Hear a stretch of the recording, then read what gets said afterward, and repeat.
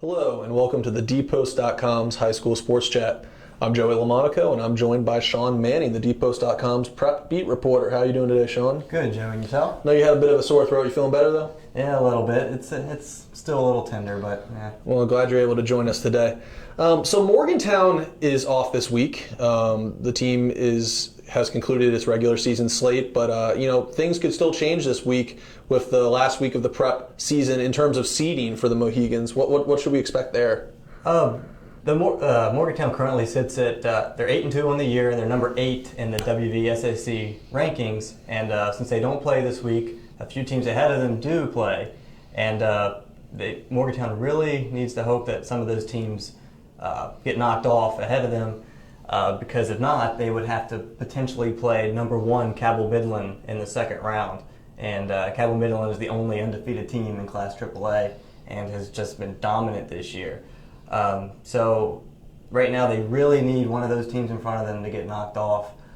Right now they would play number 9 Jefferson in the first round if that was the case. But yeah, they're going to be looking at the teams ahead of them to see if they get knocked off. Also for Morgantown, Jordan Page surpassed the 1,000-yard mark, which is a great accomplishment for him as a young back.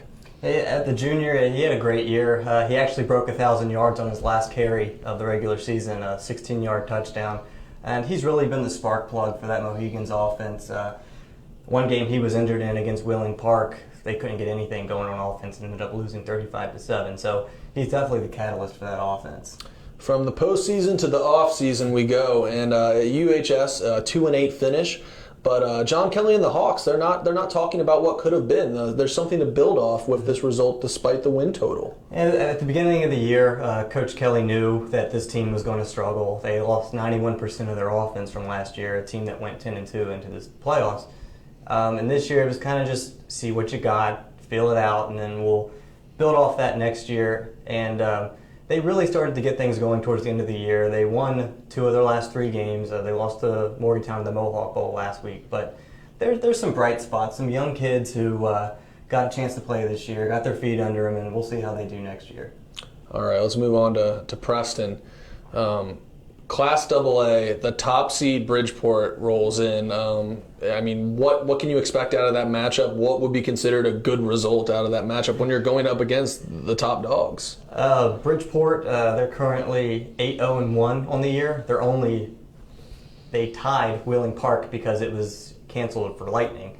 So they haven't lost this year. You know what they're going to do. Bridgeport is going to run the ball right at you. They're going to run the ball in almost every play.